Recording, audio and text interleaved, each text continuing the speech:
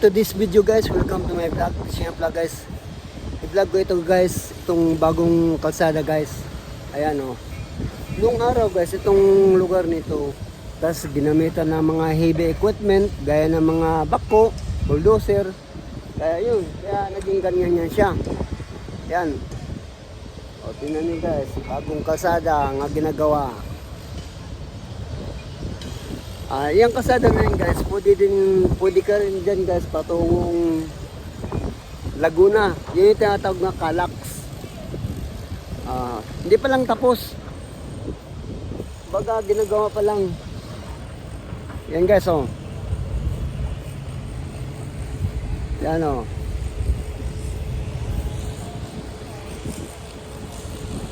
Kasi ano, bagong gawa yan guys, hindi pa lang tapos ng maigi guys. Yan ang mga tao nga gumagawa dyan. Kasi ito yung ibabaw sa kalsada guys. Ang ilalim kasi nito, kalsada. Yan o.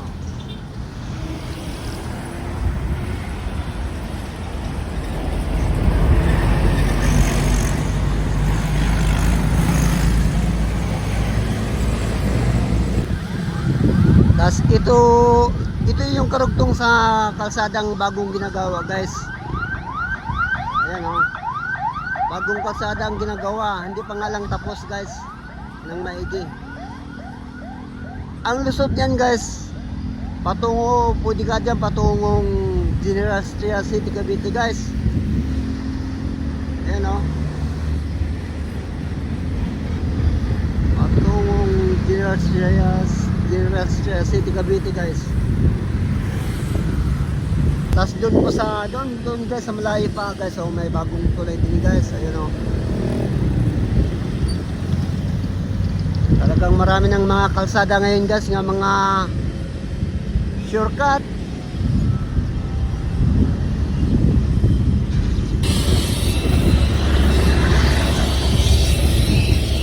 Tapos ito po guys oh, bagong kalsada guys.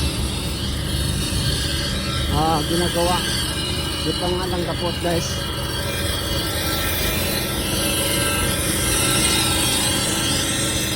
Last doon sa unahan guys. Pag ito natapos na ng maigi, natapos na lahat, may toll gate dyan guys sa unahan doon no? May toll gate dyan sa unahan. Marami na talaga ngayong kalsada guys na ginagawa na kung paano mapabilis ang iyong pagbiyahe.